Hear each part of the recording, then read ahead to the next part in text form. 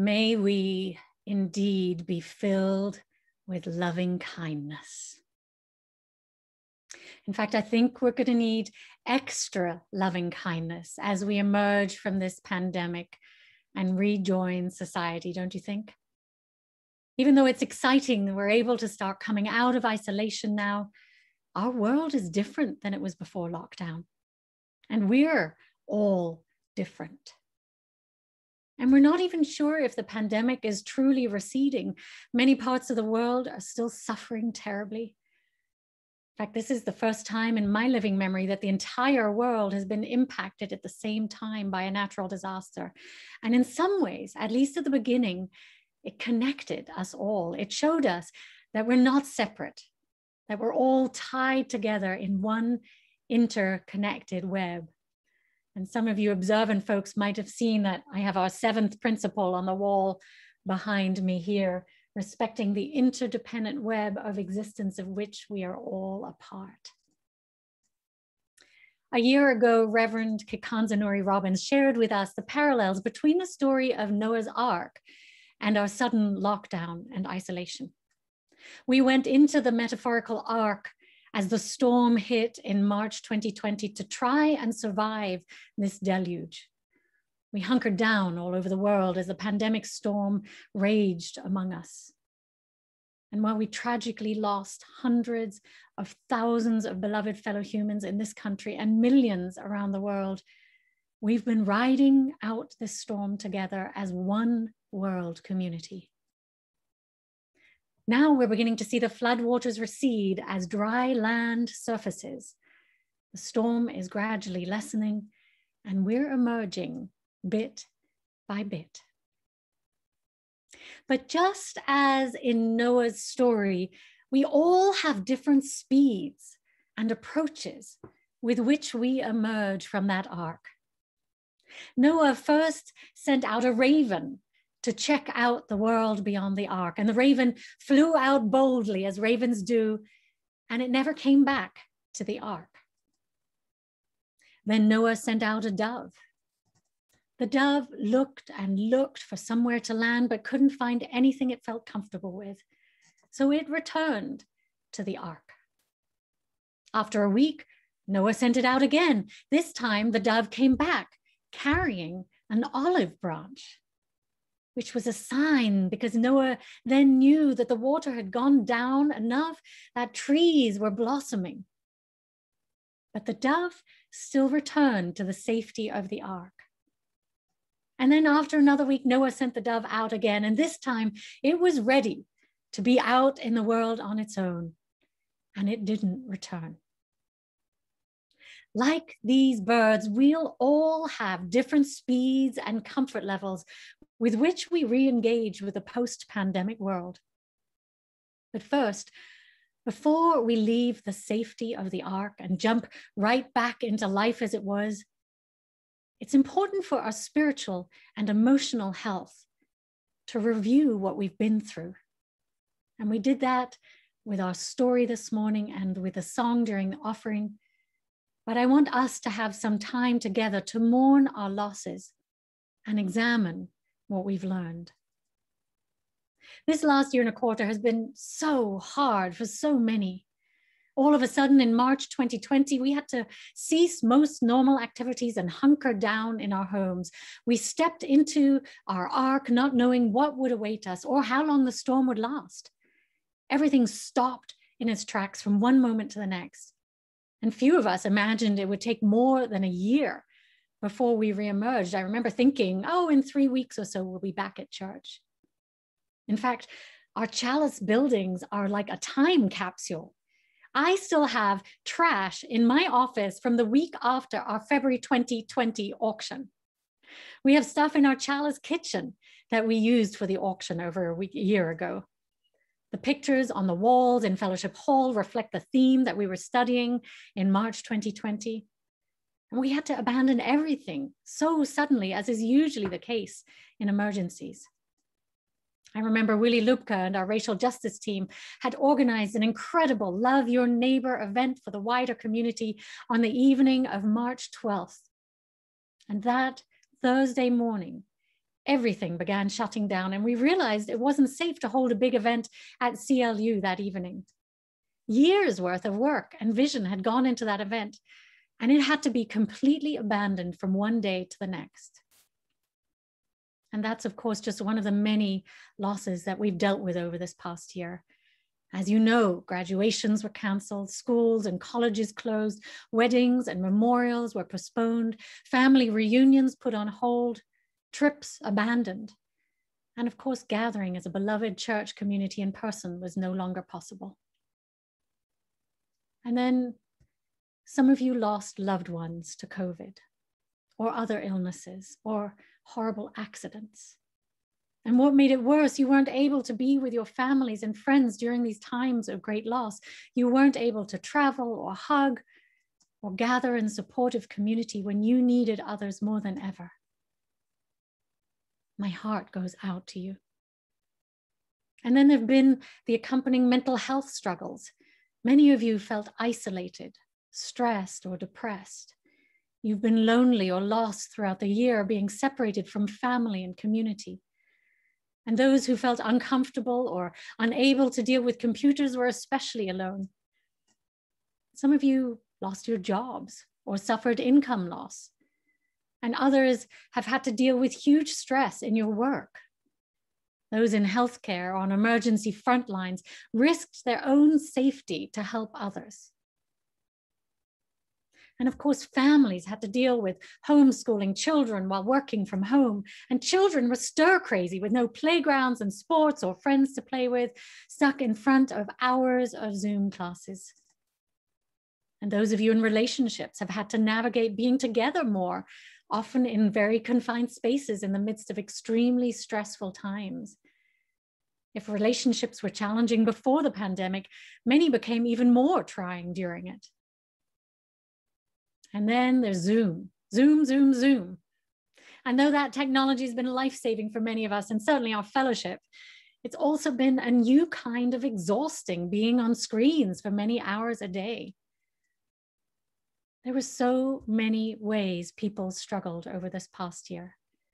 Please forgive me if I left out your particular battle. But this pandemic has been traumatic for everyone in unique ways. There's no underestimating its effects. So even as we begin to emerge slowly and cautiously, we may feel like that dove who goes out a little bit and comes right back, then goes out again and comes back. We're still in the midst of trauma, and many will be suffering from a subtle or a more obvious form of PTSD for a while. This trauma will have an unknown impact on each of us and on our society as we move forward. My friends, we've survived a collective crisis. We're encountering and processing our losses in different ways. So I think it's really important for our health that we take a moment to take stock of some of those losses, of all that we're grieving, all we've had to let go of and struggled with over the past year and a quarter. Anthony's going to play some music while we spend a moment reflecting on what we lost this past year and what we're grieving. So I invite us all to take a deep breath and close your eyes for a moment. Perhaps you wish to put one hand on your heart and another on your belly, and just get in touch with the stress, the fear, the sorrow, and the grief that you may be holding in your body from this time. And then when you're ready, and if you're willing to share, please write what losses and struggles you're mourning in the chat. Sharing them may help you and us feel more connected. Shane and I will endeavor to read many of them out and hold them sacred here together in our space. I can begin. I mourn for all those who lost loved ones during this time, who weren't able to be with them during their final days and hours, and who couldn't memorialize them in the way that they wanted. Please now write your sorrows or losses in the chat from this past year. I mourn for the kids that had a year of their childhood cut short, having to deal with missing friends and struggling with remote learning.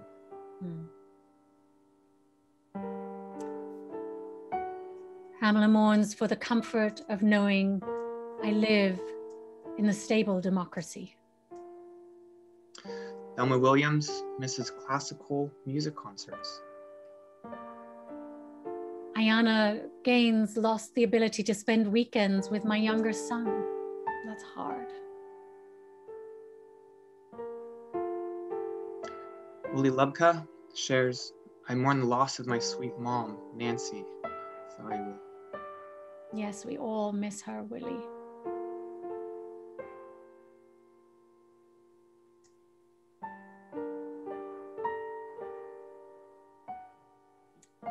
Brian writes, I'm finding I've lost some social skills, finding it somewhat awkward to be with people. It used to be easy. Brian, you're not alone. Mike and Brandy write, Anne missed having a normal senior year of high school and prom.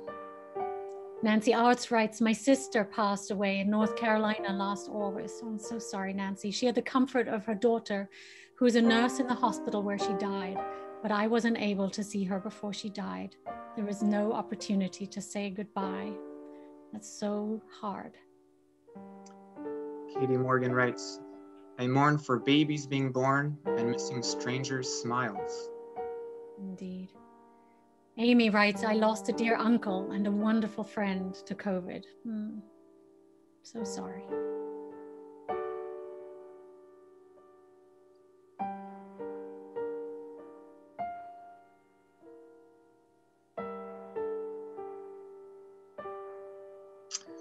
April Fernald, I mourn the loss of carefree hugging. Indeed.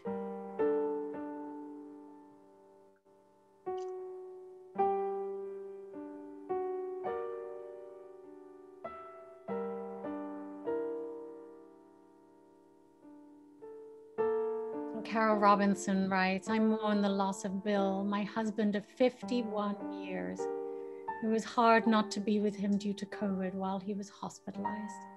And Carol, we all mourn with you for the loss of Bill.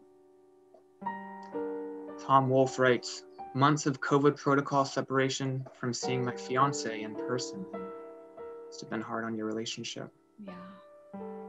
Marcy writes, I mourn the loss of a whole year of in-person chalice circles. Yes. Pamela says, I mourn not being able to meet friends in restaurants. Nancy and Dawn write, I feel empathy for teacher friends who had to work so hard to deal with teaching online. Indeed. Barbara and Gordon, loss of time with grandchildren. Sue Norton, I mourn the loss of trusting strangers. Jill Slouch mourns the loss of relationships over conspiracy theories. It's tough. Really hard.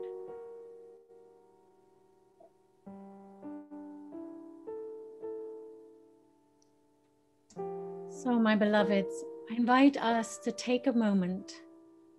I know there are so many more things that you mourn. I invite you to put your hands on your heart again and then take a deep breath.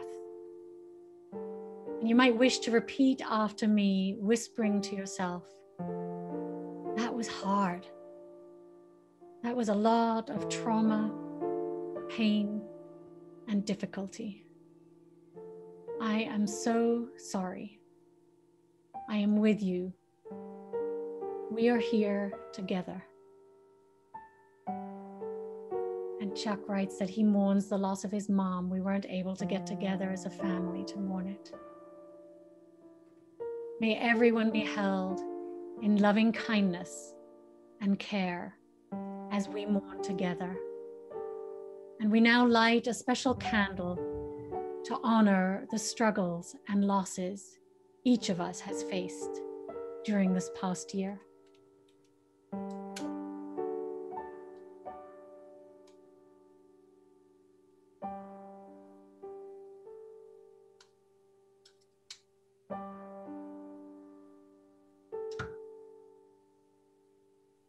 Blessed be. Thank you, Anthony. And now, my friends, we're amidst the many aftershocks that result from trauma, loss, and grief. The world we're emerging into is different. We're different. We're changed. My friend and colleague, Reverend Sharon Wiley, says it's like we've all been on an airplane flight to some place we've never been to before. And now we've landed and we're about to exit the plane into unknown territory. And some of us are eager to get off the plane. We leap up as soon as the seatbelt sign is off to gather our belongings, and we stand with our bags in the aisle, eager to emerge and explore our new destination. But others of us prefer to wait in our seats while those people get up and go, and we gather our things slowly and prepare to exit without rushing. Unsure of what lies ahead, we all have different timing. And we need to honor that, different speeds with which we want to explore our new reality. Also, we may have discovered new things about ourselves and our life this year that we don't want to leave behind in our new reality. As life slowed down and we turned inward more, we may have become more reflective about how we're living. Perhaps we found out we enjoy more alone time than we thought. Or we may have discovered we're not as much of an extrovert, or that we're even more introverted than we imagined. Or indeed, we may have understood how much we need and crave the company and hugs of others. Perhaps we realized we didn't actually like our previous lifestyle or our work. We may have found out we don't want to be as busy as we were before, running from one thing to the next, saying yes to too many things. Or we realize that we really love and miss being around others so much, and that we're hungry to gobble up all that life has to offer. Alternatively, we may have uncovered new fears or realized we need to put up certain boundaries in our lives. We all have new understandings and comfort levels about personal space, germs, touch, masks, and how diseases are transmitted now. Our sense of safety and community may have been forever altered. So my beloveds, what are some of the things you learned during this time? What's your growing understanding about who you are and what you need as we emerge? I invite you now to briefly share some of the lessons you learned in the chat so that we can witness some of our collective learning over the past year and a quarter. I learned, for example, how important hugs are to me, but that I need to ask people now before hugging. How about you? If you're willing now, I invite you to share what it is that you learned in the chat. I learned that something as simple as washing your hands more often can be a huge act of kindness. That's right. Nancy and Dawn write that I learned to enjoy my own company more than I realized. And Brian P. said he learned how to be of service by way of Zoom support.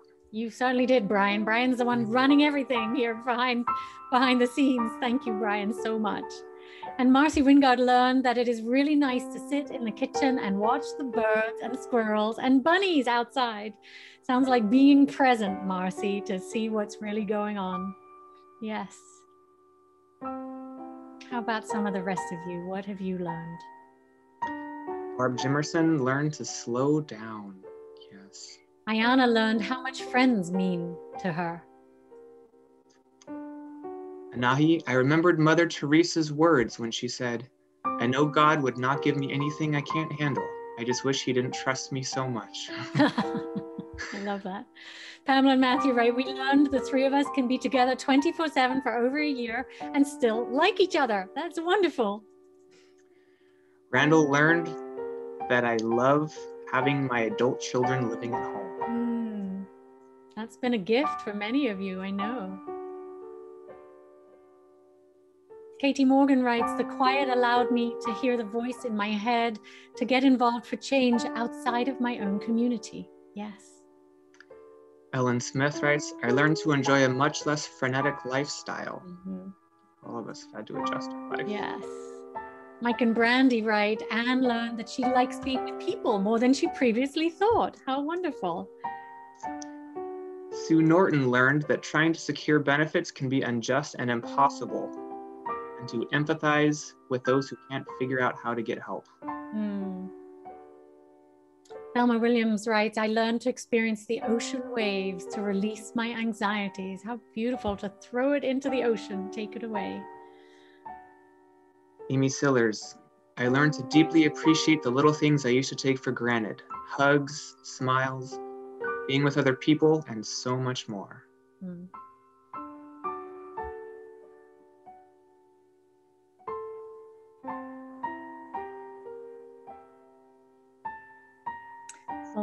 Oh, Jim Fife writes, we learned that we can go to church together in California, even though we live in New York. I know, that is so awesome. It's so wonderful to have you both with us.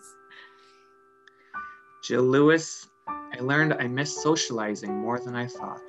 I agree with you on that.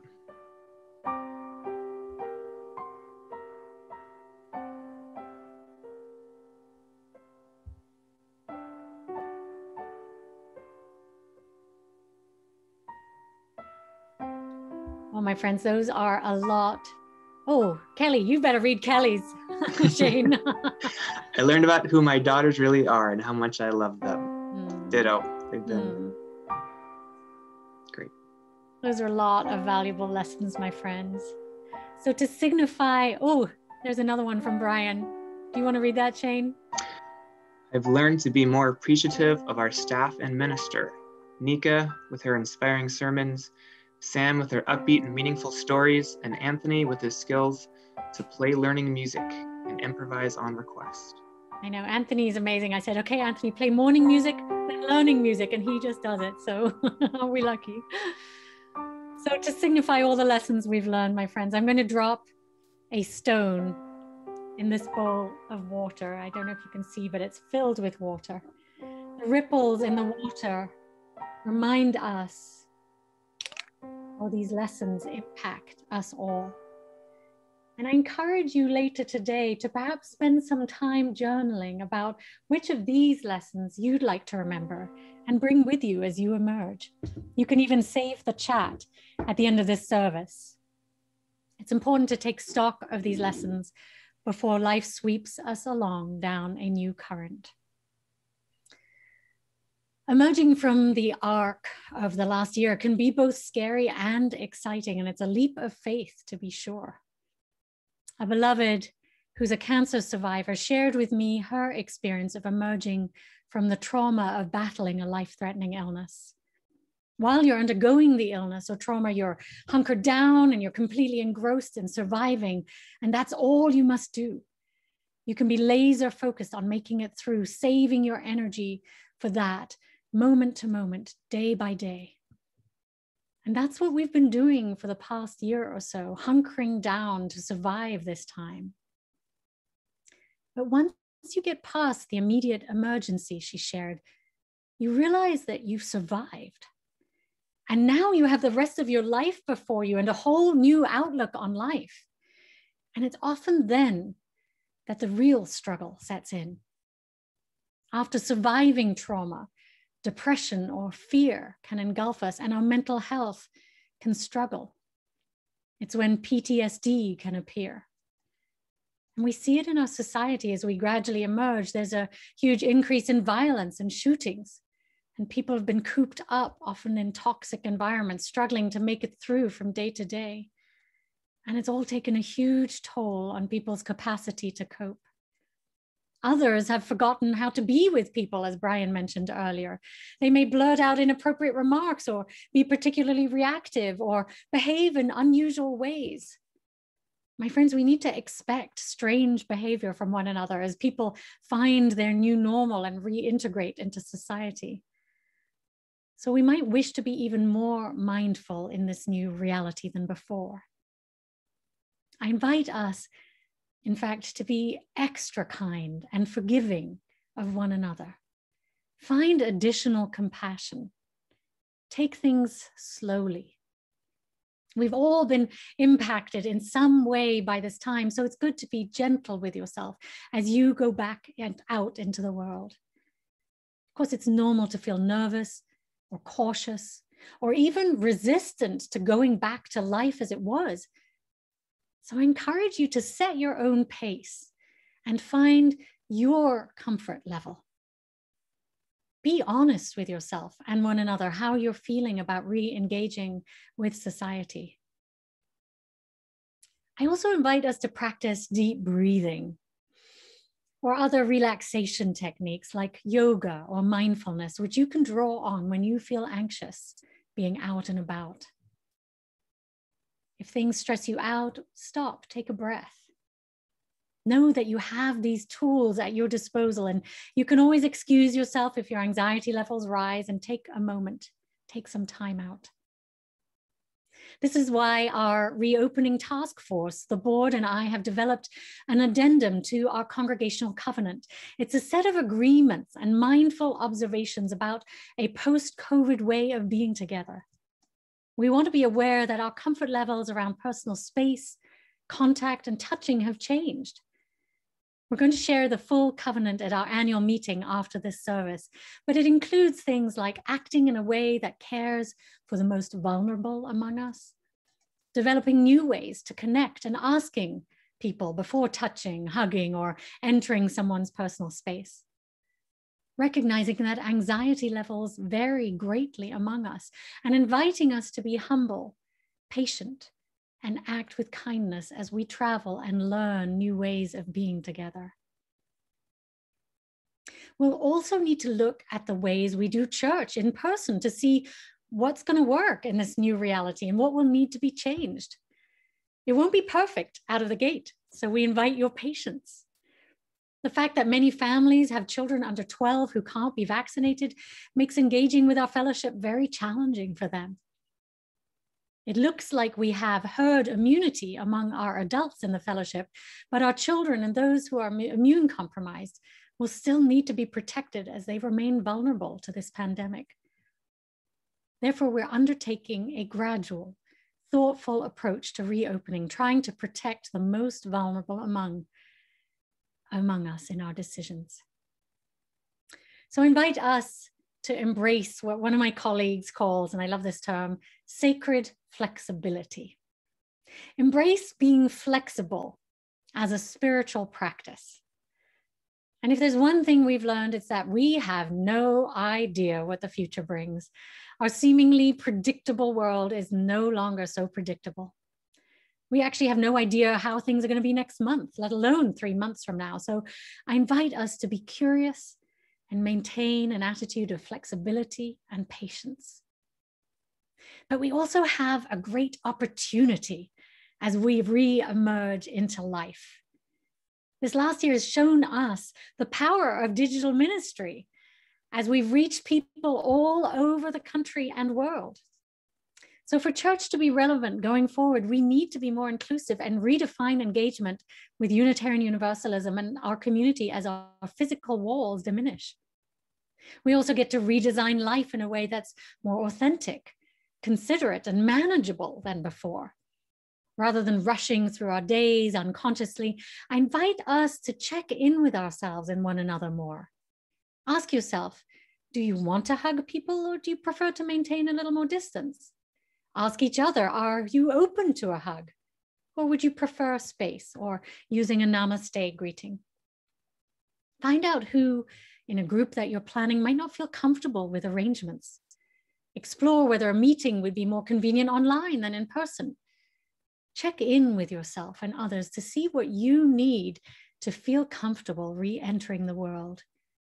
And then I invite you to think about what's best for the greater whole, because that's what we do in community. My friends, we have an opportunity now to cherish everything anew. We have a chance to be present and appreciative of this moment, to value our precious lives and world with new eyes.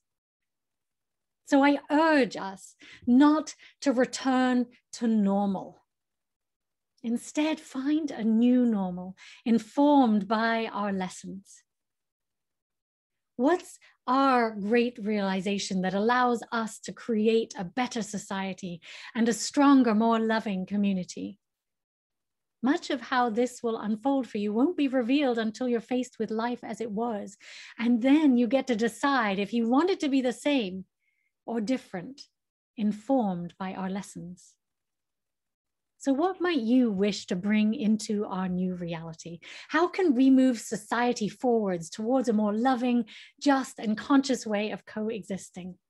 What did you learn in the pandemic that you'd like to bring with you out of the ark into the new land? We get to live with more intentionality now. So what wisdom or new understanding would you like to carry with you as you exit the plane? And this is where Anthony plays future music. I know for me that what I want to bring is a way of being that's less stressful and rushed, a way of living and working that's more sustainable over the long haul. What about you? If you're willing now, please share what it is for you in the chat. Something I want to hold on to is just the massive respect towards doctors and nurses and everyone in the healthcare industry that really, literally put their lives on the line for our health. Absolutely. Yes, thank you for lifting that up, Shane.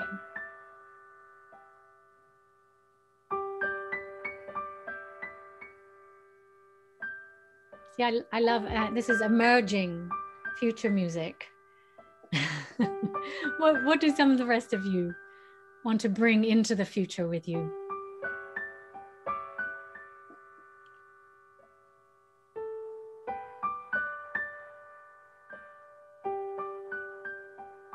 Marcy writes, I want to hold on to the two women I spent a lot of time with during the pandemic and appreciate how close we've gotten.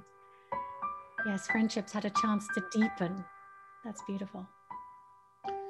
Edie Morgan, less driving, more involvement, thanks to Zoom. There. Aline writes, the importance of essential workers, never to take them for granted again. Yes, indeed. Ayana wants to continue her deepened relationships with my mom and my boys. Sylvia Kasberg writes, a curious mind. Yes. Jill Lewis, slower and more mindful intentions in relationship. Randall Edwards, appreciating everything, not taking all of our blessings for granted. Indeed. Barbara and Gordon, virtual group lobbying for justice with legislators. Yes. Wow. Great. Yes. Brian Pletcher, I want to hold more dearly the future time spent with family. Yes.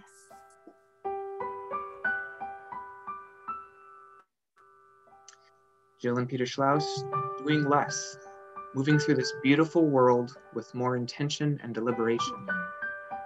Pamela, I want to hold on to choosing instead of just doing. Beautiful. Tom Wolfe, gratitude for each morning. Yeah. Each new day. Amy Sillers, the level of resilience we're all capable of. Yes. If we could get through this, we can get through anything. We are so capable of so much, indeed. And I think, oh, there's more. Go ahead, Shane. Marion Floyd, learn how to encourage others to get vaccinated. Mm-hmm. Yes, the more of us get vaccinated, the more we can be safe together with one another. Well, thank you for all of those ideas and wisdom. So I invite you to think of or look for a symbol that represents what you want to bring with you into this new reality. For me, it's actually a budding rose that I picked in my garden this morning. The rose opens slowly into its full bloom. And just as we sang earlier, I know this rose will open. I know my fear will burn away. I know my soul will unfurl its wings. I know this rose will open. The rose in that song remind me to be gentle, to listen within, and to have the courage to unfold slowly. So what might you choose as a symbol to support your emergence? And you don't have to think about it right now, but I encourage you as you go into your day to think of something that you can have close by to remind you of what lessons you want to bring out into the new reality with you. My beloveds, may we take stock of what we've learned and carry those lessons forward. May we help co-create a new future filled with wisdom from this experience. And may we treat ourselves and others with kindness, patience, and sacred flexibility. May it be so. Amen. Please join us now for a closing hymn to remember that we can go on together.